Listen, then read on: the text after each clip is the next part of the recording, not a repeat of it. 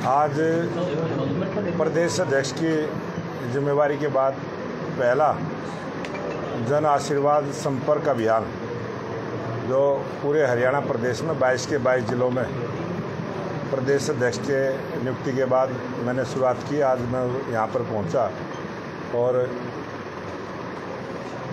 2 स्वागत पुंडरी के अंदर, 1 स्वागत यहाँ कैथल के अंदर, और अब आप सब से प्रेस से रूबरू आपके सामने हूँ।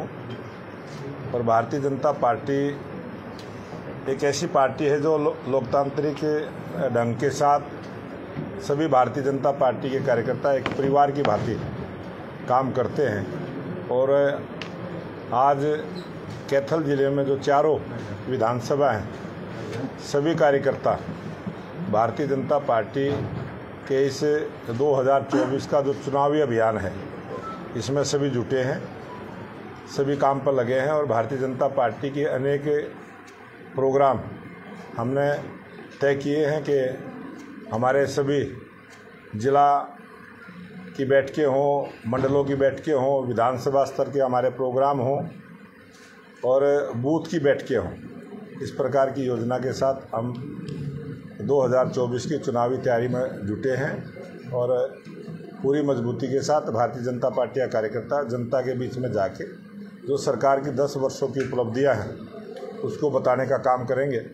और हमारे लोकप्रिय मुख्यमंत्री नायब सिंह सैनी जी ने जिस प्रकार से जन सुविधाओं को लेकर और विकास के काम को लेकर पहल शुरू की है, गरीब आदमी को 1000 किलोमीटर तक की मुफ्त यात्रा करने का जो तोहफा 6 तारीख को दिया, किसानों के लिए 23 फसलें MSP पर खरीदने की गारंटी हरियाणा सरकार ने दी। हरियाणा पहला प्रांत बना है। और बिजली के ट्रांसफार्मर को ख़राब होने पर जो किसान को पैसा देना पड़ता था वो सरकार फ्री किया है।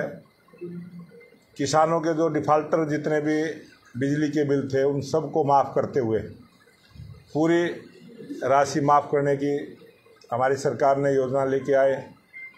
133 करोड़ रुपए का जो आबियाना बिल पानी का था उसको पूरी तरह से माफ़ करने का काम किया।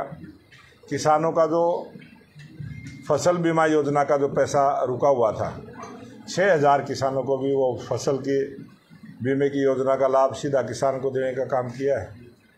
और मैं आज ये मानता हूँ कि चाहे सड़कें हों, चाहे बिजली हो, चाहे शिक्षा के जितने भी संस्थान हैं, स्कूल हैं, कॉलेज हैं, या स्वास्थ्य के लिहाज से पूरे हरियाणा प्रदेश में आज प्रत्येक जिला हेडक्वार्टर पर अच्छे हॉस्पिटल बना के हमारी सरकार ने सभी का ध्यान रखा है। महिला हो, युवा हो, किसान हो, गरीब हो, सबके लिए अनेक योजनाएं लेके आए। और हरियाणा प्रदेश के युवाओं के लिए भी जो TGT की 7400 बच्चों की सीधी भर्ती, 3000 D ग्रुप की भर्ती और 1,20,000 ऐसे कर्मचारियों के भी नियमित करने का जो काम किया।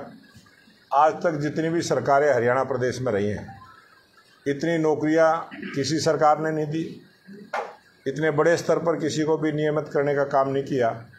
और जो भी छोटी मोटी और भी किसी भी डिपार्टमेंट की या किसी विभाग की या जनता की जो भी कोई डिमांड आएगी उस पर भी हमारे लोकप्रिय मुख्यमंत्री नायब सिंह सैनी खुले मन के साथ जनता की सेवा में जुटे हैं। और जो हमारी पार्टी का मूल मंत्र है सेवा ही संगठन, सेवा भाव से सरकार आज हरियाणा प्रदेश की काम कर रही है। और एक वातावरण बना हरियाणा प्रदेश में कि आने वाले इस विधानसभा चुनाव में तीसरी बार लोकप्रिय मुख्यमंत्री नायब सिंह सैनी जी के नेतृत्व में हरियाणा प्रदेश में स्पष्ट बहुमत की सरकार भारतीय जनता पार्टी की बनेगी।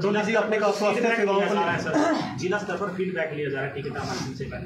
अभी हमने कल ही 90 की 90 विधानसभाओं के सभी कार्यकर्ताओं का, क्योंकि मैंने पहले ही कहा ये पार्टी एक परिवार की तरह काम करती है और परिवार के प्रत्येक आदमी की पूछ करते हुए, उसको सम्मान देते हुए प्रत्येक कार्यकर्ता से रायशुमारी करने का हमने काम किया है कि किस विधानसभा में कौन नेता ठीक रहेगा, ऐसे प्रत्येक कार्यकर्ता से हमने 3 नाम लेकर इस काम को आगे बढ़ाया है। बडोली की स्वास्थ्य सेवाओं को लेकर आपने बात की। एनएचएम कर्मचारी 18 दिन से धरने पर बैठे हैं और उन 1,20,000 कर्मचारियों में भी एनएचएम का कोई नाम नहीं। ये जो धरने पर आपने बैठे आपने बताया, इसी प्रकार से जो कुछ और काम बचे हैं उनको भी हम पूरा करेंगे। अब की बार क्या नए चेहरों को भी मौका मिलने की संभावनाएं हैं टिकट वितरण में? जब भी चुनाव हुए हैं हमेशा से ही नए चेहरों को कुछ स्थान मिलता है, कुछ पुराने चेहरे कोई दूसरी ड्यूटी उनको मिल जाती है।